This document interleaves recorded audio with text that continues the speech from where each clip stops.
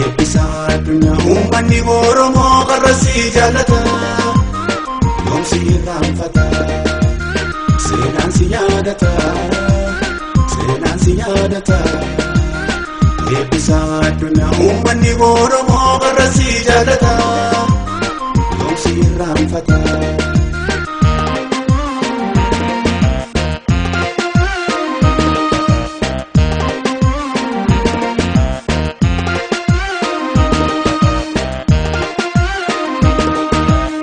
Sina jeesaan malee ayyoo keena jeefnee hin falmatte malee inaaf karaan saannee sakkaaf hin jijjiirree tokkicha kaayyoosaa yoomsin irraanfannee qarras nu boosisaa nuti kee eebbisa ayyoo dhugaaf duutee kanaaf si jaallanna uumaan kee si nafuu gaaf tokkoon baafannaa yoom lafaatti kannaa ayyoo dhugaa buutee kanaaf si jaallannaa uumaan kee si nafuu gaaf tokkoon baafannaa yoom lafaatti kannaa.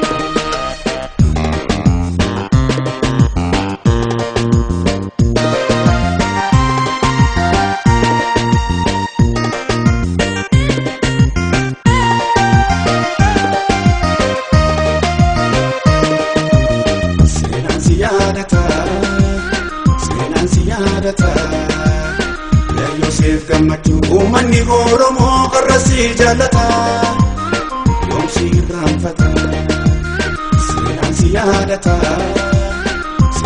yaadata Yoosef gammachuu uummanni Oromoo qarrasii jaallata yoomsi irraanfata.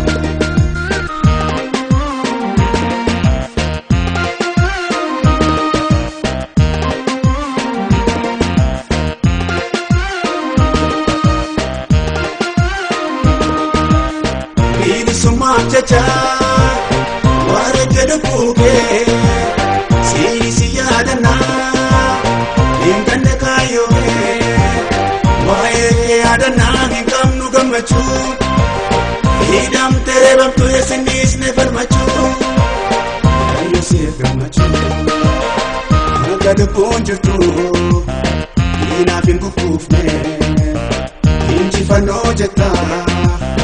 Lubbuufin sodaanne kanaaf si jaallanne hanga lubbuun jirtu diinaaf hin kukkuufne injifannoo jettaa lubbuufin sodaanne kanaaf si jaallanne.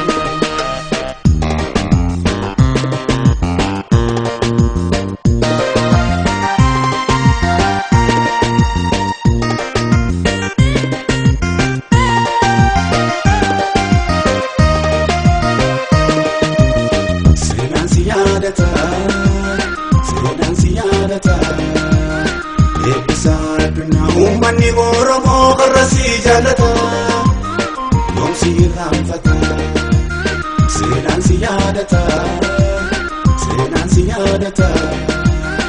eebbisa addunyaa uummanni Oromoo qarrasii jaallata yoomsi irraanfata.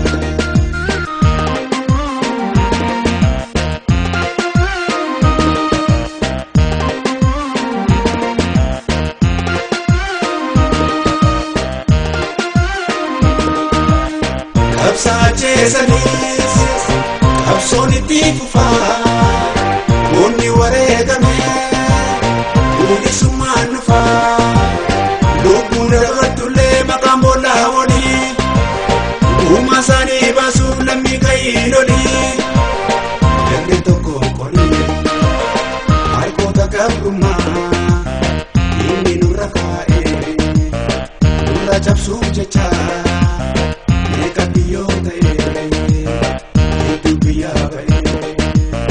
Harkoota gabrummaa inni nurra kaa'ee nurra cabsuuf jecha meeqa biyyoota.